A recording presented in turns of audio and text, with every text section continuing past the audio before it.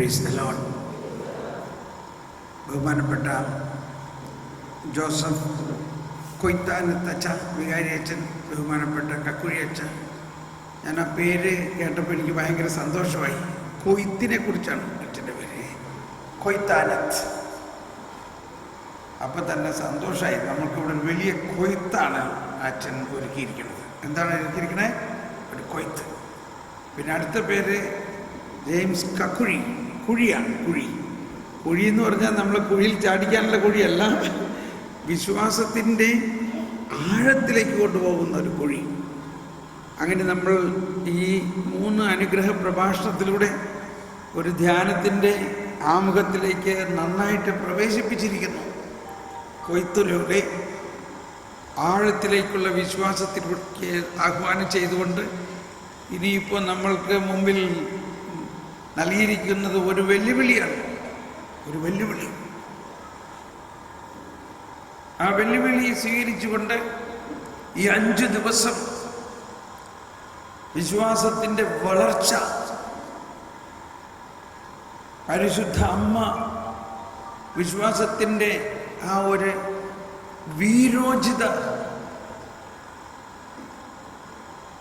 വീരോചിതമായ ധൈര്യത്തിൽ വിശ്വാസം പകർന്ന അമ്മ, വിശ്വാസത്തിൻ്റെ പിതാവായ അബ്രാഹാം,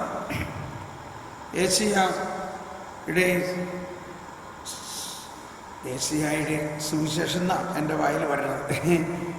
ഏശയ്യായുടെ പുസ്തകത്തിൽ 51-ാം അധ്യായത്തിൽ ആദ്യം പറയുന്നത് ഇതാണ്: നിങ്ങളെ വെട്ടിയെടുത്ത പാറയിലേക്കും നിങ്ങളെ കുഴിച്ചെടുത്ത ഖനിഗർഭത്തിലേക്കും നോക്കുവിൻ.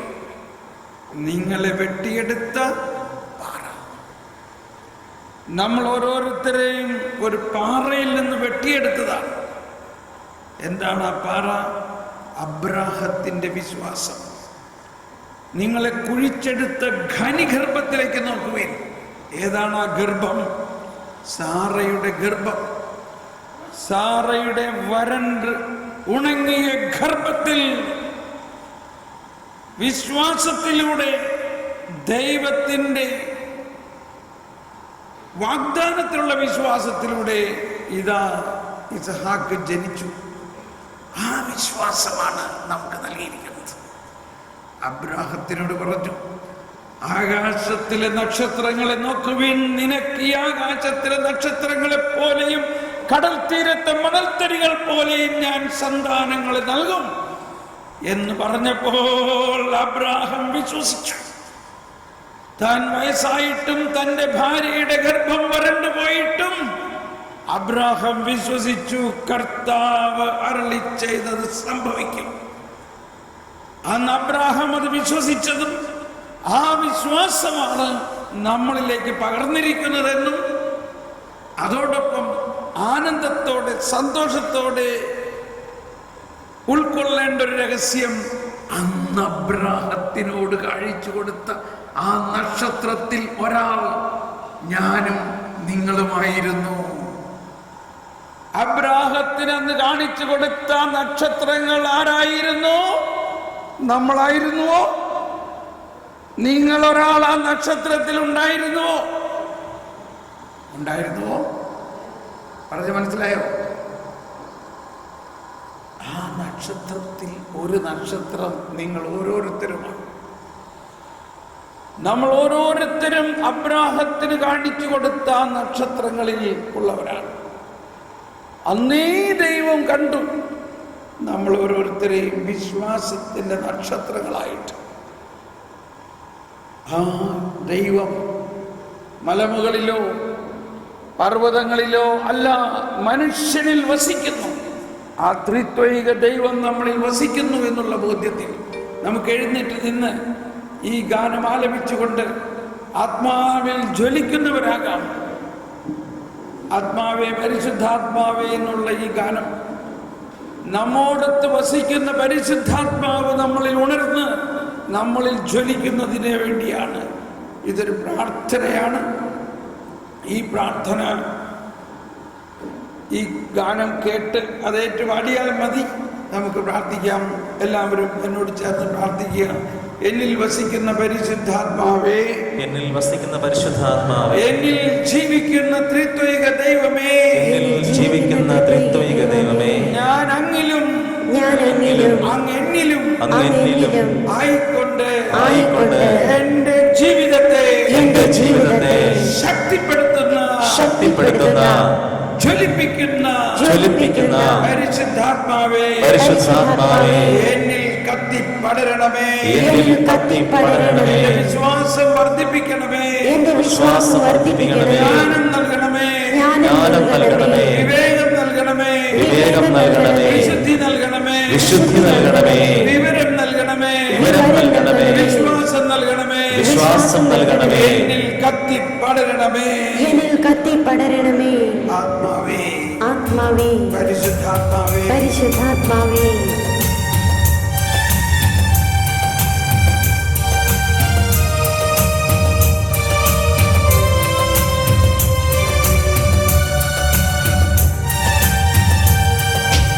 ആത്മാവേ, പരിശുദ്ധാത്മാവേ, ആത്മാവേ, പരിശുദ്ധാത്മാവേ,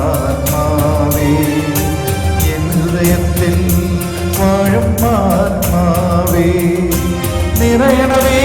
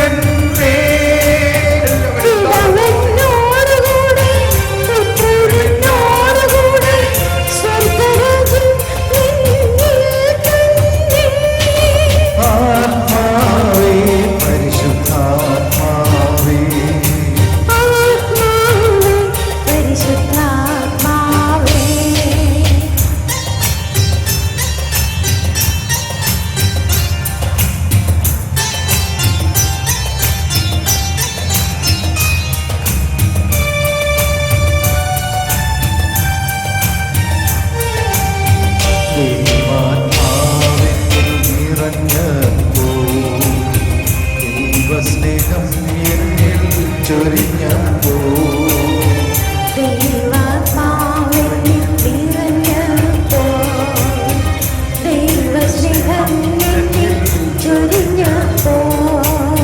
ദൈവാത്മാവിന്റെ ആത്മാവിലേച്ചു പിതാവെന്നു ഞാൻ വിളിച്ചു ആത്മാവേ പരിശുദ്ധാത്മാവേ ആത്മാവേ പരിശുദ്ധാത്മാവേ ജീവജലത്തിൻ അരുവിയായി നിറഞ്ഞു കവിഞ്ഞൊഴുകണമേ ജീവജലത്തിൻ അരുവിയായി നിറഞ്ഞു കവിഞ്ഞൊഴുകണമേ ജീവജലത്തിൻ അരുവിയായി നിറഞ്ഞു കവിഞ്ഞൊഴുകണമേ ജീവജലത്തിൻ അരുവിയായി നിറഞ്ഞു കവിഞ്ഞൊഴുകണമേ ജീവജലത്തിൻ അരുവിയായി നിറഞ്ഞു കവിഞ്ഞൊഴുകണമേ ജീവജലത്തിൻ അരുവിയായി നിറഞ്ഞു കവിഞ്ഞൊഴുകണമേ ജീവജലത്തിൻ അരുവിയായി നിറഞ്ഞു കവിഞ്ഞൊഴുകണമേ ജീവജലത്തിൻ അരുവിയായി നിറഞ്ഞു കവിഞ്ഞൊഴുകണമേ ജീവജലത്തിൻ അരുവിയായി നിറഞ്ഞു കവിഞ്ഞൊഴുകണമേ ജീവജലത്തിൻ അരുവിയായി നിറഞ്ഞു കവിഞ്ഞൊഴുകണമേ ജീവജലത്തിൻ അരുവിയായി നിറഞ്ഞു കവിഞ്ഞൊഴുകണമേ ജീവജലത്തിൻ അരുവിയായി നിറഞ്ഞു കവിഞ്ഞൊഴുകണമേ സ്നേഹാഗ്നി ജ്വാലയായി എന്നിൽ കത്തി പടരണമേ സ്നേഹാഗ്നി ജ്വാലയായി എന്നിൽ കത്തി പടരണമേ എന്നിൽ വാഴും ആത്മാവേ എന്നാത്മാവിൽ പടരണമേ എന്നിൽ വാഴും ആത്മാവേ എന്നാത്മാവിൽ പടരണമേ എന്നിൽ വാഴും ആത്മാവേ എന്നാത്മാവിൽ പടരണമേ എന്നിൽ വാഴും ആത്മാവേ എന്നാത്മാവിൽ പടരണമേ എന്നിൽ വാഴും ആത്മാവേ എന്നാത്മാവിൽ പടരണമേ എന്നിൽ വാഴും ആത്മാവേ എന്നാത്മാവിൽ പടരണമേ എന്നാത്മാവിൽ പടരണമേ എന്നാത്മാവിൽ പടരണമേ എന്നാത്മാവിൽ പടരണമേ എന്നാത്മാവിൽ പടരണമേ സ്നേഹാഗ്നി ജ്വാലയായി എന്നാത്മാവിൽ പടരണമേ സ്നേഹാഗ്നി ജ്വാലയായി എന്നാത്മാവിൽ പടരണമേ സ്നേഹാഗ്നി ജ്വാലയായി എന്നാത്മാവിൽ പടരണമേ സ്നേഹാഗ്നി ജ്വാലയായി എന്നാത്മാവിൽ പടരണമേ എന്നിൽ വാഴും ആത്മാവേ എന്നാത്മാവിൽ പടരണമേ എന്നിൽ വാഴും ആത്മാവേ എന്നാത്മാവിൽ പടരണമേ എന്നിൽ വാഴും ആത്മാവേ എന്നാത്മാവിൽ പടരണമേ എന്നിൽ വാഴും ആത്മാവേ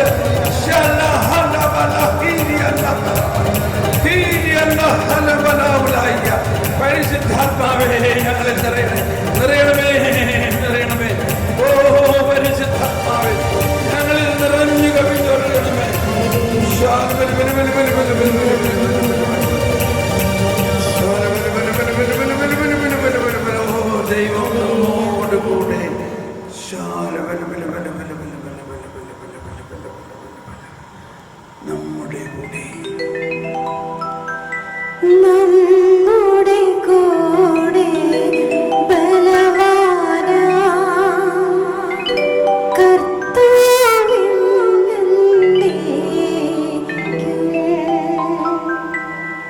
രാജാവാം ദൈവം നമ്മോടു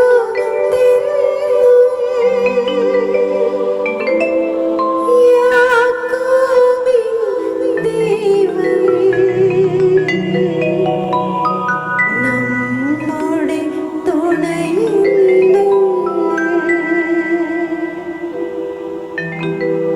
നമ്മുടെ കൂടെ എല്ലാവരും ബലവാനാ കർത്താവിൻ എന്നേക്കും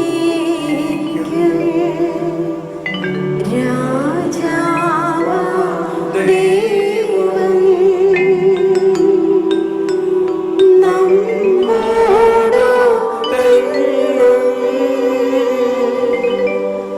യാക്കോബിൻ ദൈവം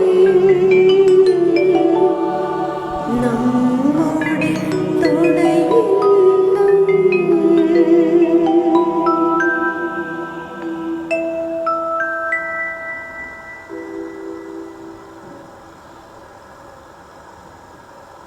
നമുക്കിരിക്കാം.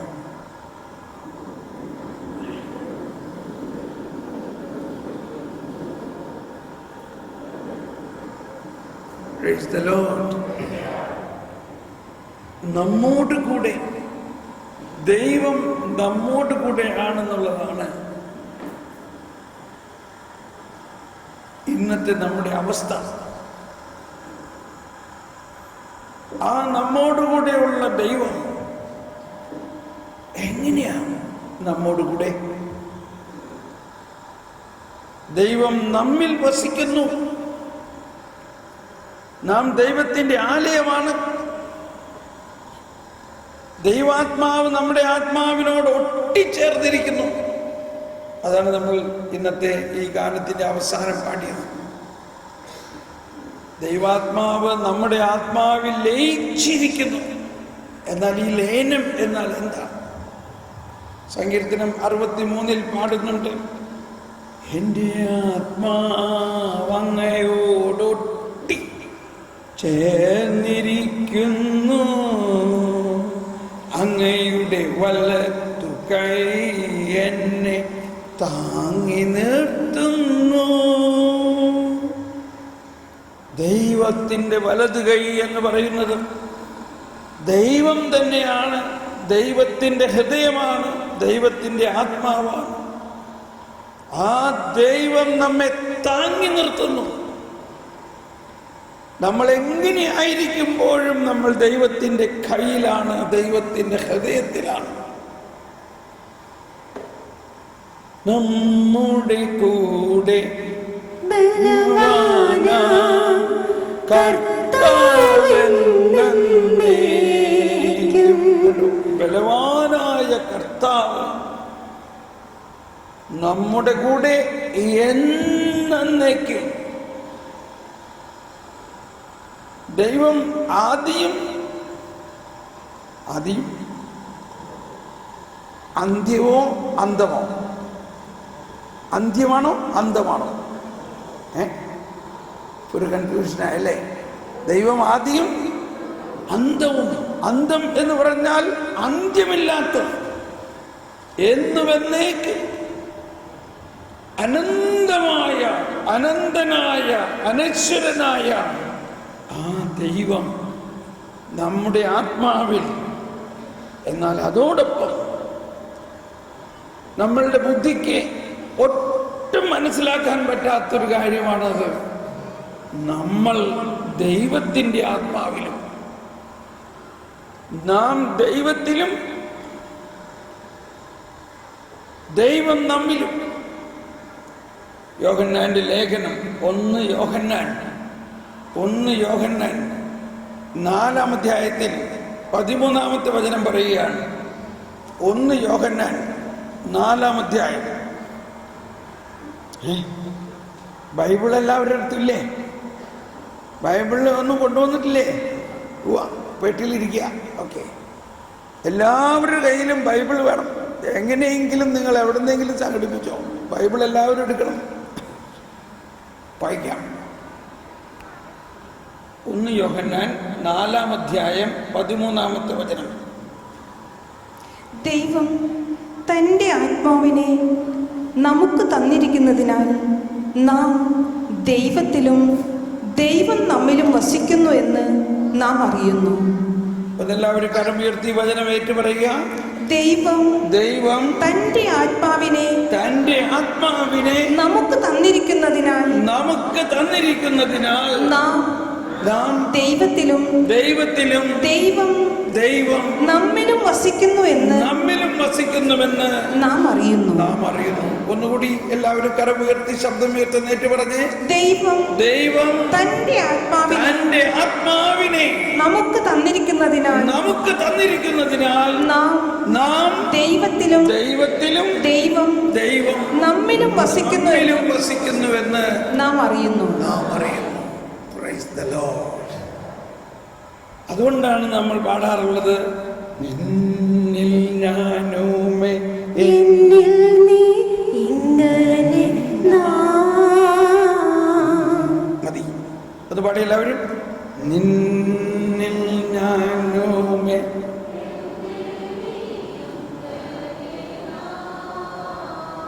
ഒന്നുകൂടി, അത്ര മാത്രം. നിന്നിൽ ഞാനുമേ എന്നിൽ നീ ഇങ്ങനെ കണ്ടോ, ദൈവം നമ്മോട് കൂടെ എന്ന് പറയുമ്പോൾ ദൈവം നമ്മിൽ വസിക്കുന്നു എന്നത് മാത്രമല്ല, നാം ദൈവത്തിൽ വസിക്കുന്നു.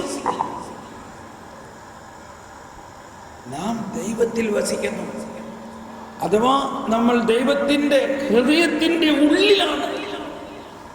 അതുകൊണ്ടാണ് യോഹന്നാന്റെ സുവിശേഷം തുടങ്ങുമ്പോൾ 14-ാം അധ്യായത്തിന്റെ ആരംഭത്തിൽ തന്നെ പറയുകയാണ്, എൻ്റെ പിതാവിന്റെ ഭവനത്തിൽ ധാരാളം വാസസ്ഥലങ്ങളുണ്ട് എന്ന് പറഞ്ഞ എല്ലാവരും. എൻ്റെ പിതാവിന്റെ ഭവനത്തിൽ ധാരാളം വാസസ്ഥലങ്ങളുണ്ട്. എൻ്റെ പിതാവിന്റെ ഹൃദയത്തിൽ ഈ പ്രപഞ്ചത്തിലുള്ള എല്ലാവർക്കും താമസിക്കാൻ സ്ഥലമുണ്ട്. നമ്മൾ ഓരോരുത്തർക്കും അവിടെ സ്ഥലമുണ്ട്. അതേ അധ്യായത്തിൽ 14-ാം അധ്യായത്തിൽ 20-ാമത്തെ വചനം പറയുകയാണ്. 14-ാം അധ്യായം 20-ാമത്തെ വചനം പറയുന്നു, ഞാൻ എൻ്റെ പിതാവിലും നിങ്ങൾ എന്നിലും. യോഹന്നാൻ 14:20. യോഹന്നാൻ 14:20 പറയുകയാണ്, ഞാൻ എൻ്റെ പിതാവിലും നിങ്ങൾ എന്നിലും ഞാൻ നിങ്ങളിലുമാണെന്ന് ആ ദിവസം നിങ്ങൾ അറിയും. എല്ലാവരും കരമുയർത്തിയേറ്റ് പറഞ്ഞുകൊണ്ട്, ഞാൻ എൻ്റെ പിതാവിലും നിങ്ങൾ എന്നിലും ഞാൻ നിങ്ങളിലുമാണെന്ന് ആ ദിവസം നിങ്ങൾ അറിയും. ഒന്നുകൂടി എല്ലാവരും ഏറ്റു പറഞ്ഞുകൊണ്ട്, ഞാൻ എൻ്റെ പിതാവിലും നിങ്ങൾ എന്നിലും ഞാൻ നിങ്ങളിലുമാണെന്ന് ആ ദിവസം നിങ്ങൾ അറിയും. സ്നേഹമുള്ളവരെ, വിശ്വാസത്തിന്റെ വലിയൊരു രഹസ്യമാണ് നമ്മൾ ഈ കേട്ടത്. നമ്മൾ ആരാണ്? നമ്മൾ എങ്ങനെ ഉണ്ടായി? നമ്മളെ ആര് സൃഷ്ടിച്ചു? നമ്മൾ എന്തിന് സൃഷ്ടിച്ചു?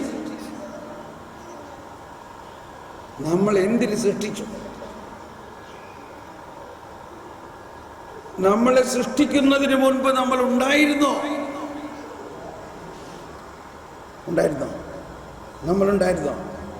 നമ്മളെ സൃഷ്ടിക്കുന്നതിന് മുമ്പ് നമ്മൾ ഉണ്ടായിരുന്നോ? ഉണ്ടായിരുന്നു. Very good.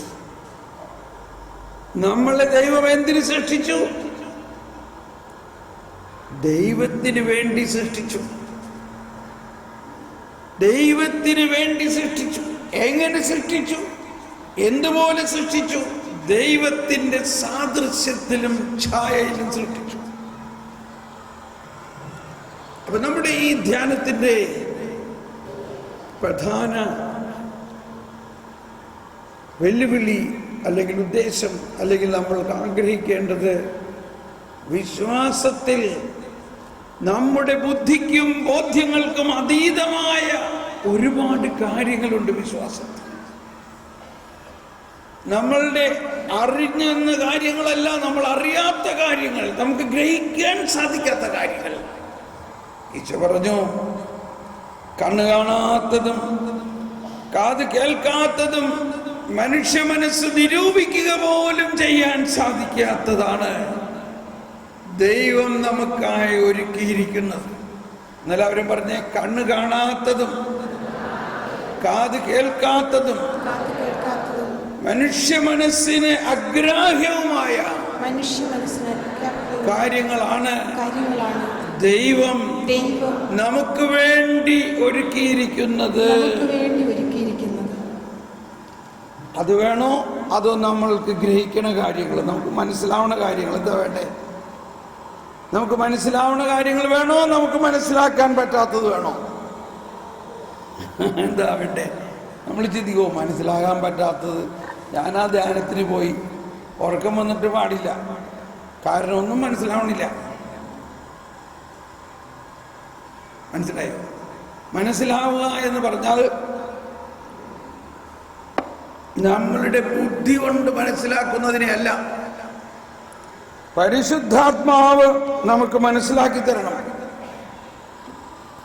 പരിശുദ്ധാത്മാവ് നമ്മൾക്ക് മനസ്സിലാക്കി തരണം. ഇത് കണ്ടോ, ഈ ഗ്ലാസ്സിൽ ആകുക, കണ്ടോ, ഗ്ലാസ്സിലാകുക എന്ന മാതിരിയാണ് നമ്മുടെ മനസ്സ്, മനസ്സിലാകുക. പക്ഷെ ദൈവം നമുക്ക് തരുന്നത്, കണ്ടോ, ദൈവം നമുക്ക് തരുന്നത് നമ്മുടെ മനസ്സിലാകാത്ത വലിയ കാര്യമാണ്. കണ്ടോ, മനസ്സിലാകുന്നില്ല. അപ്പൊ എന്ത് ചെയ്യുന്നു? നമ്മുടെ ഉള്ളിൽ വസിക്കുന്ന പരിശുദ്ധാത്മാവും ദൈവത്തിൽ വസിക്കുന്ന പരിശുദ്ധാത്മാവും ഈ ദൈവത്തിന്റെ വലിയ കാര്യങ്ങളെ, ശ്രദ്ധിക്കണം, നമ്മുടെ മനസ്സിലാകുന്ന രീതിയിൽ അതിനെ കണ്ടോ. ഇപ്പൊ മനസ്സിലായോ? ഇപ്പൊ മനസ്സിലായോ? ദൈവം നമുക്ക് മനസ്സിലാകാത്ത വലിയ കാര്യങ്ങളെ നമ്മളിലേക്ക് ഇങ്ങനെ കൊണ്ടുവന്നിട്ട്, ദൈവത്തിന്റെ ജ്ഞാനവും വിശ്വാസവും നമ്മളിലേക്ക് കൊണ്ടുവന്ന് അത് നമ്മൾ ഓരോരുത്തരുടെയും മനസ്സിലാക്കുന്നു, ഓരോരുത്തർക്കും മനസ്സിലാക്കുന്നു. അങ്ങനെ ഈ ധ്യാനത്തിൽ നമ്മൾ ആഗ്രഹിക്കേണ്ടത്, ഇന്നേവരെ കേൾക്കാത്ത കാര്യങ്ങൾ ഞങ്ങൾ കേൾക്കണം, ഇന്നേവരെ കാണാത്ത കാര്യങ്ങൾ ഞങ്ങൾ കാണണം. പരിശുദ്ധാത്മാവിന്റെ പ്രവർത്തനത്തിലൂടെ അത് നമ്മുടെ ഹൃദയത്തിൽ നിറയണം. Praise the Lord. നമ്മൾ ഉടനെ തന്നെ വിശുദ്ധ കുർബാനയിലേക്ക് പോവുകയാണ്. ഈ വിശുദ്ധ കുർബാന ധ്യാനത്തിന്റെ പശ്ചാത്തലത്തിൽ നമ്മൾ മുഴുവൻ പ്രാർത്ഥനകളും മുഴുവൻ പാട്ടുകളും എല്ലാം പാടി വളരെ അനുഭവപൂർണമായ കുർബാനയിലേക്ക് നീങ്ങണം, ദാഹിക്കണം. കൂടുതൽ ഒരു കാര്യം മാത്രമേ നമ്മളിവിടെ ദാഹിക്കാവൂ, ജ്ഞാനത്തിന് വേണ്ടി ദാഹിക്കുക, വിശ്വാസ വളർച്ചയ്ക്ക് വേണ്ടി ദാഹിച്ചുകൊണ്ട് നമുക്ക് മൗനമായിട്ട് ദേവാലയത്തിലേക്ക് വിശുദ്ധ ബലിയർപ്പണത്തിനായിട്ട് നീങ്ങാം.